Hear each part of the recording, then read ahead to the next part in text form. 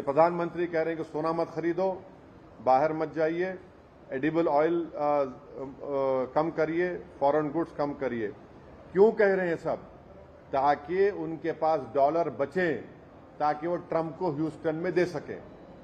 ये असल मकसद है। तो ये देशभक्ति है नहीं है, ये आप देख लीजिए। अब एक और बात आ जाइए गोल्ड पैराडॉक्स के ऊपर। हमारे पास जो गोल्ड है, मार्च 2026 में आरबीआई के पास 77% of total gold reserve domestically था। जो 23 में 38% था, वो बढ़ के अब 77% हो गया। अगर गोल्ड खरीदना इतना डेंजरस है, जो हैदराबाद के भाषण में प्रधानमंत्री ने कहा, हम अपने बेटियों के लिए, अपनी महिलाओं के लिए ये खरीदते हैं, तो आरबीआई इतना गोल्ड क्यों खरीद रहा है भाई? फिर आरबीआई आज की तारीख में गोल्ड खरीद रहा है, इसमें कोई आप डिनाई नहीं कर सकते। और उल्टा कर रहा है आरबीआई, जो प्राइम मिनिस्टर ने कहा है।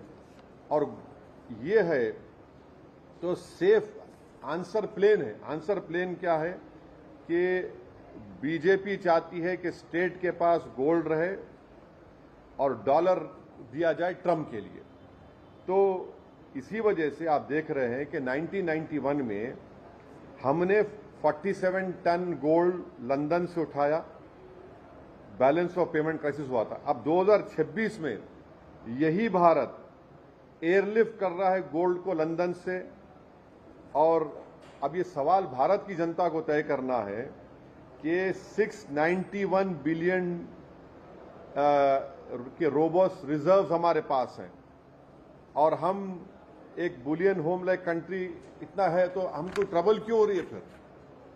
तो ये अचानक नतीजे आने के बाद प्रधानमंत्री का ये कहना, ये बड़ा ही चौंकाने वाला है। और एक बात मैं आपसे कहना चाह रहा हूं कि देश की ये बीजेपी की सरकार इस देश को छुपा रही है असल हालात और इकोनॉमी के बारे में।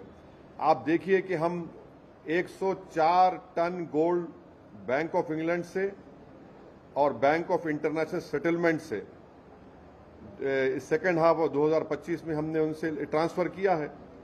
तो ये चीजें हैं।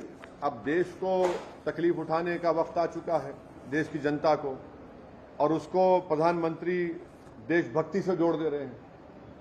ये कैसा होगा? चुनाव जब चल रहे थे तो आप सीना तान कर बोल रहे थे, आपने एक्साइज ड्यूटी को भी आपने कट कर दिया। आप चुनाव हो गए तो अब ये सब बोझ देश की जनता